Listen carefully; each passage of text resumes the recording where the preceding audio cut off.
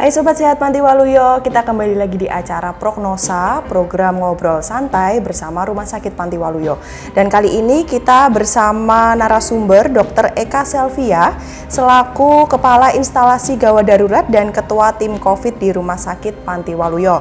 Dan kali ini tema kita adalah COVID-19, kenali gejalanya, tapi jangan jauhi orangnya. Nah gitu. Tetapi sebelum kita masuk ke materi lebih lanjut, saya dan segenap direksi dan segenap manajemen dan staf Rumah Sakit Panti Waluyo mengucapkan terima kasih atas donasi yang telah diberikan kepada kami, baik merupakan barang dan dana yang mendukung kami dalam menghadapi pandemi COVID-19 di tahun ini.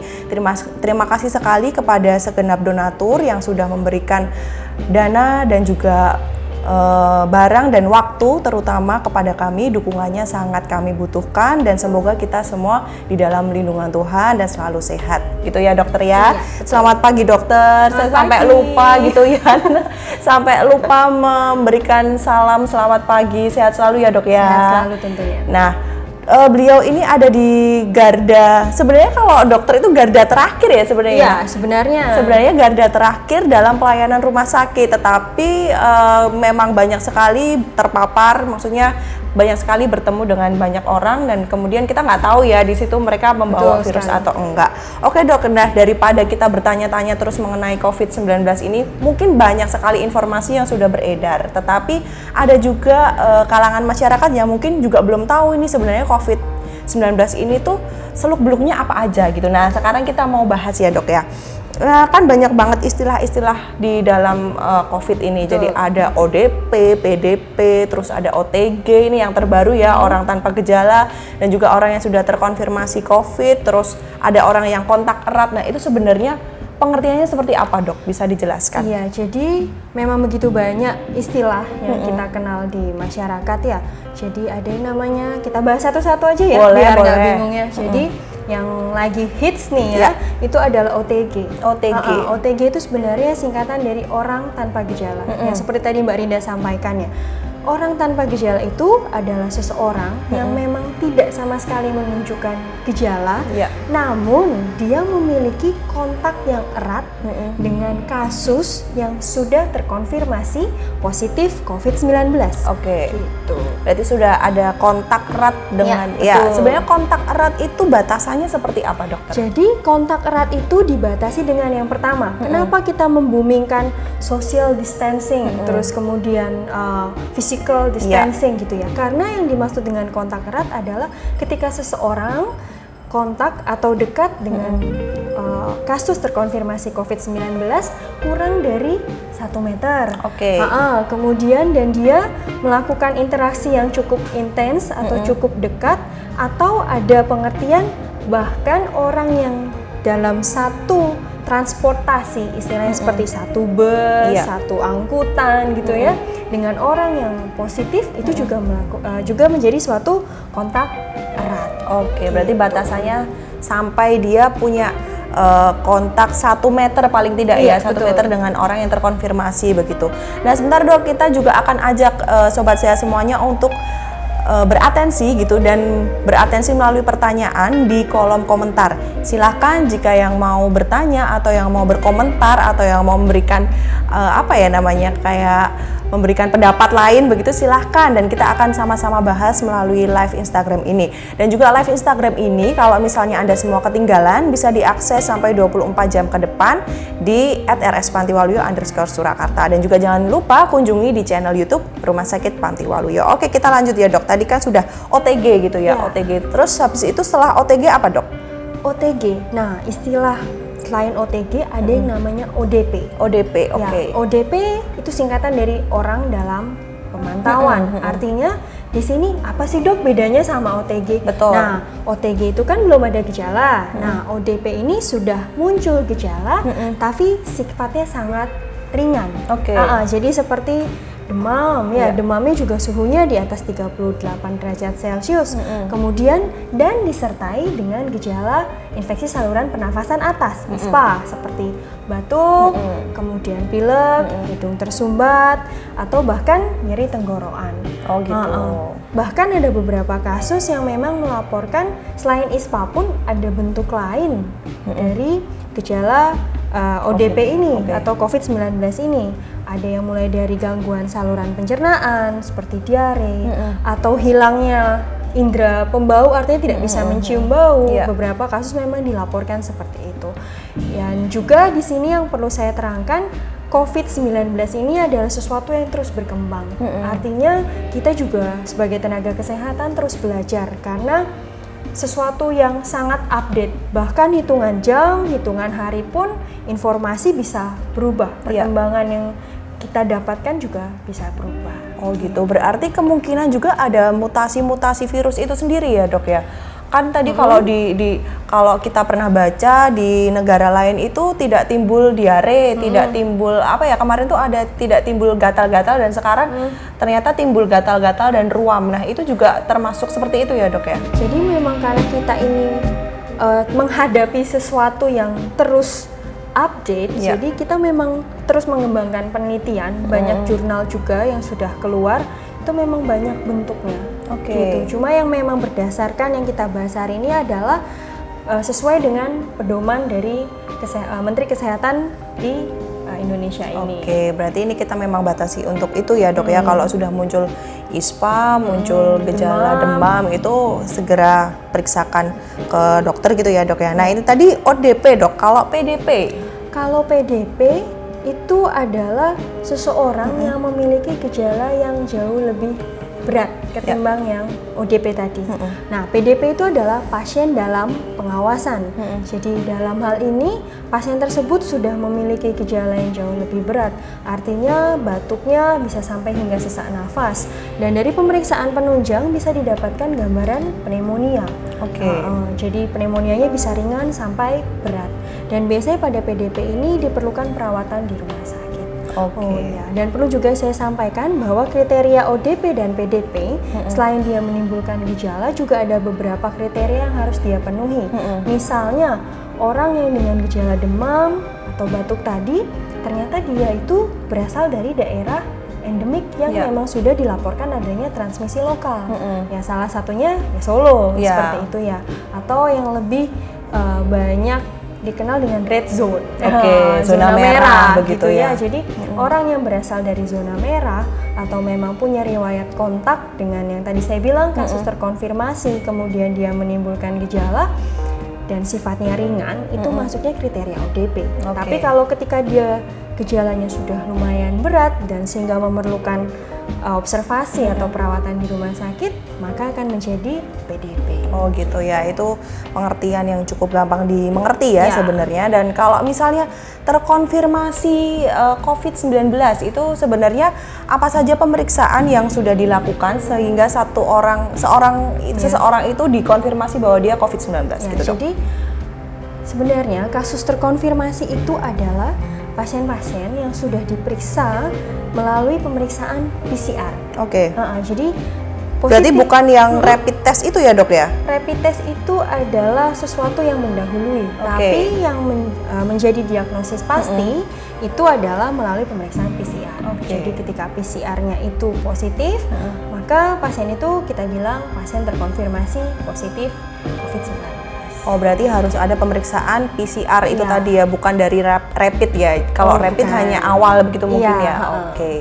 Baik, ini ada yang mau tanya dulu dok. @hanggatri hayoga. Dok, apa sih sebenarnya rapid test dan swab test? Apa bedanya? Nah ini tadi kan yang sudah saya tanyakan, mungkin lebih diperjelas lagi dok. Apa sih sebenarnya rapid test itu, swab test itu apa? Jadi ini nanti jadi kuliah kita ya, ilmiah sekali ya gitu ya. Jadi rapid test itu sebenarnya adalah tes yang bisa digunakan untuk mendeteksi baik antigen atau antibodi karena infeksi dari COVID-19 ini.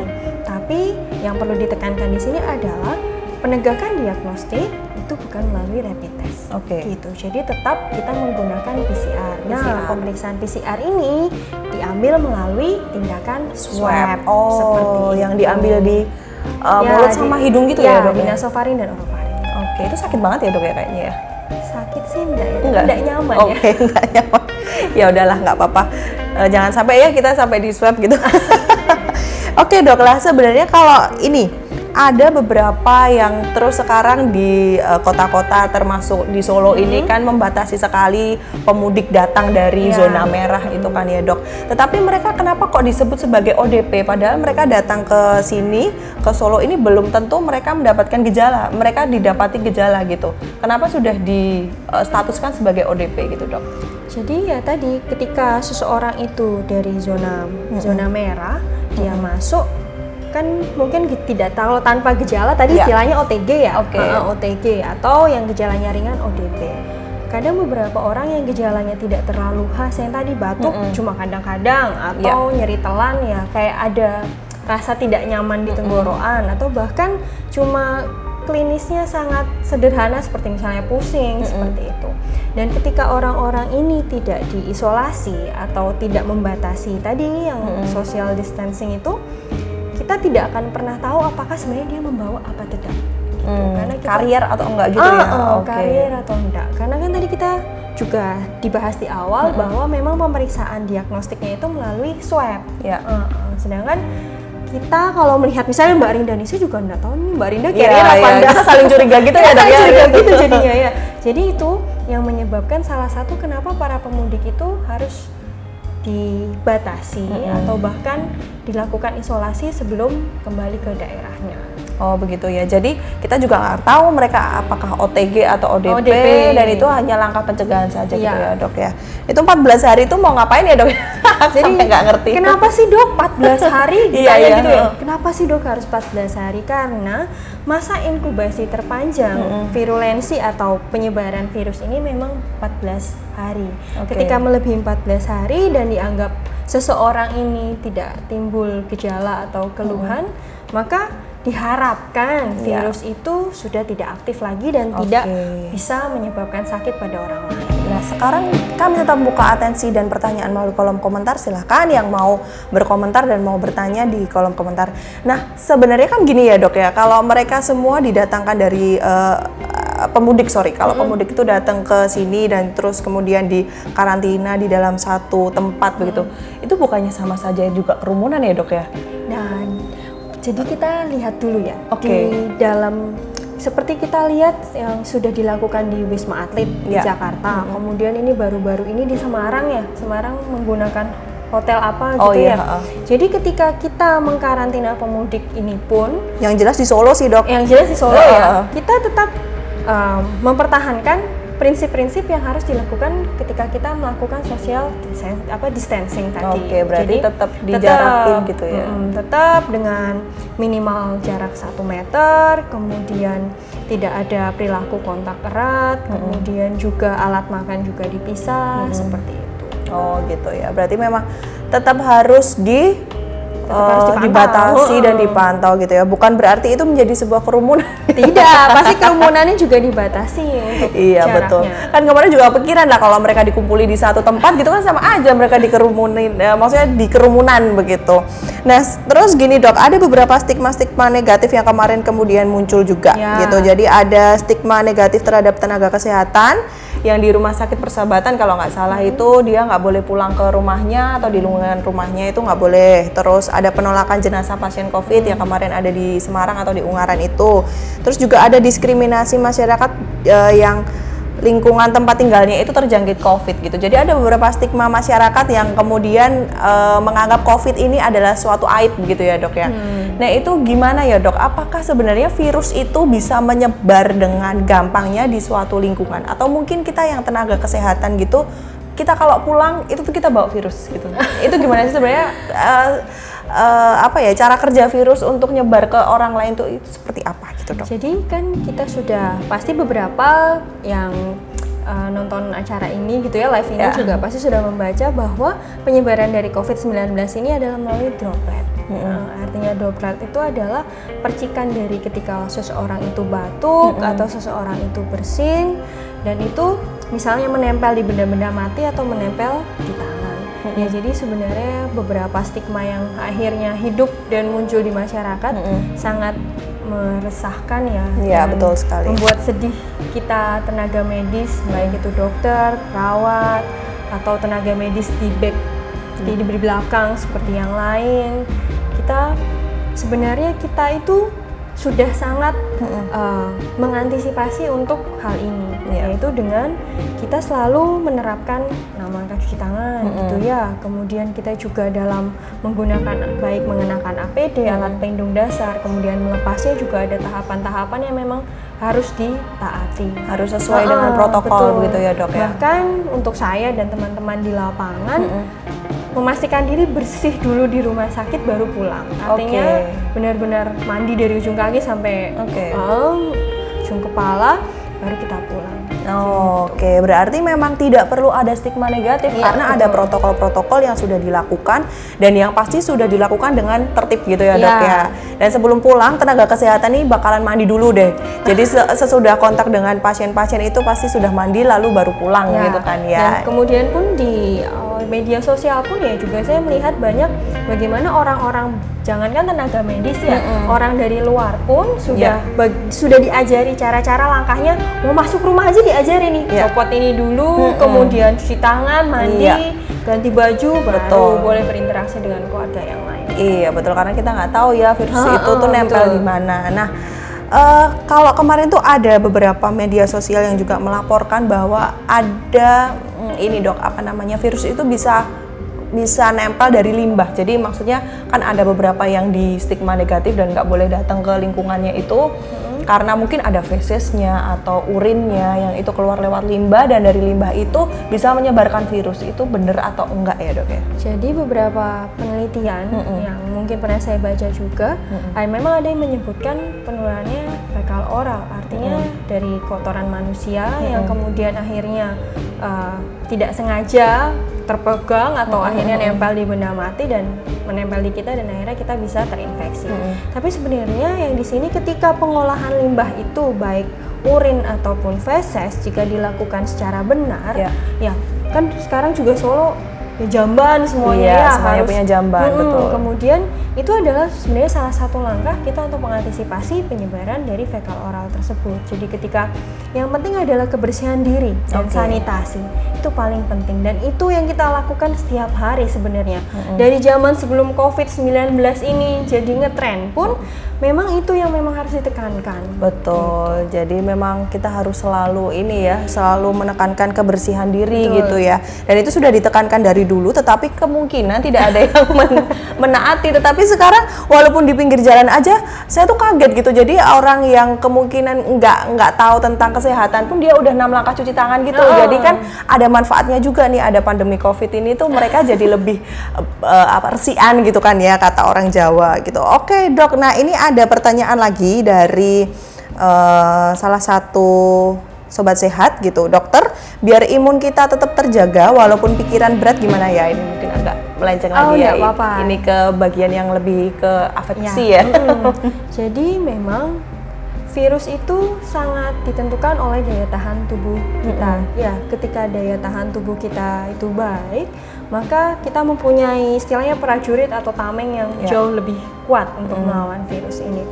Dan ini sedikit banyak sebenarnya kesehatan secara psikologis dan kesehatan secara emosi itu juga mempengaruhi secara tidak langsung terhadap imunitas kita. Oke, berarti kita harus happy terus gitu ya? Iya, walaupun ini pandemi COVID kita tetap harus happy. Harus tetap menikmati masa-masa seperti ini.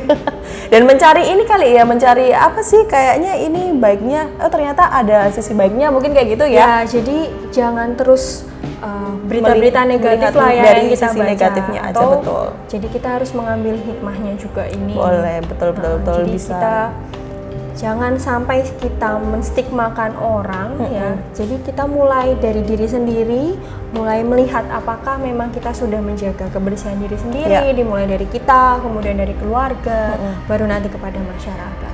Oke, Dok, ya mungkin kita sampai di sini aja. Kalau ada yang mau bertanya silakan, nanti kita akan jawab setelah sesi ini. Silakan, Dok, sekarang berikan tips dan triknya supaya kita bisa terhindar dari COVID. Atau gimana ya, apa sih yang boleh disampaikan ke masyarakat supaya kita tetap hidup sehat gitu dok? Ya, jadi yang pertama adalah bahwa jangan sampai pandemik ini atau COVID-19 ini malah menjadi perpecahan, yang satu dikucilkan, ada stigma seperti itu.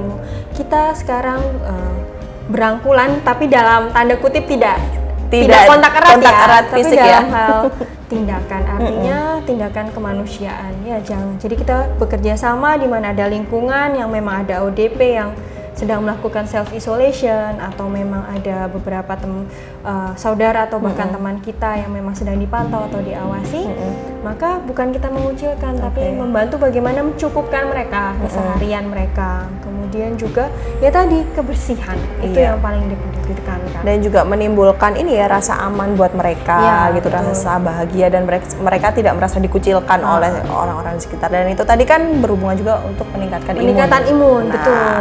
Betul sekali. Jadi semua aspek di dalam medis ini bisa diterapkan, baik itu aspek medis, aspek psikologis, dan juga aspek finansial mungkin ya, itu bisa diterapkan juga kan, karena kita membantu saudara-saudara gitu. Betul.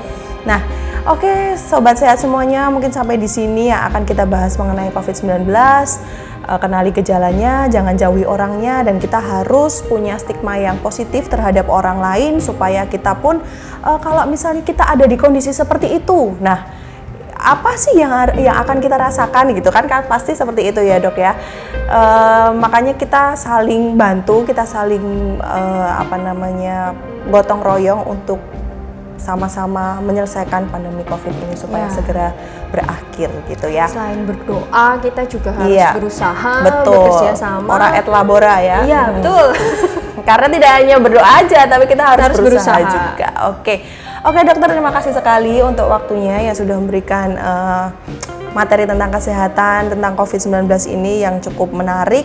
Semoga informasi ini bisa berguna untuk sobat sehat semuanya. Jangan lupa untuk mengakses live Instagram ini sampai 24 jam ke depan, dan juga mengunjungi di channel YouTube Rumah Sakit Panti Waluyo. Tentu saja jangan sampai lupa di like, share, dan subscribe. Oke, terima kasih sobat sehat semuanya. Kita akan kembali lagi di prognosa selanjutnya dengan materi yang pasti lebih menarik lagi, dan dadah.